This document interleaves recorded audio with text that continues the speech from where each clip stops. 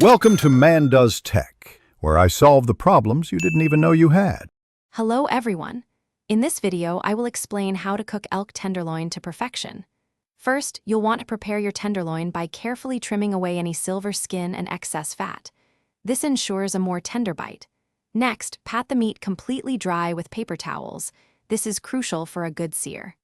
Finally, season your tenderloin generously with salt, pepper, and any herbs you love, like rosemary or thyme. This foundational step sets the stage for incredible flavor. Now, let's achieve that beautiful, flavorful crust. Place a cast iron skillet over medium-high heat until it's nice and hot.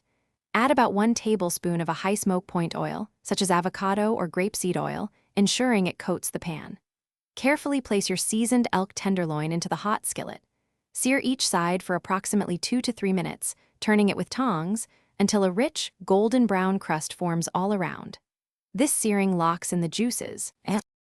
After searing, it's time to finish cooking the tenderloin in the oven.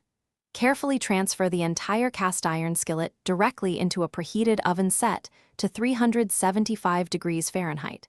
Continue cooking until the internal temperature of the elk reaches your desired doneness. For a perfect medium rare, aim for 125 degrees Fahrenheit. This typically takes about 5 to 8 minutes, depending on the thickness of your tenderloin. Use a meat thermometer for accuracy. The final, and arguably most important, step is resting the meat. Once your tenderloin reaches the target temperature, remove it from the oven and let it rest on a cutting board for at least 10 minutes. This crucial resting period allows the juices to redistribute throughout the meat, ensuring every bite is incredibly tender and moist.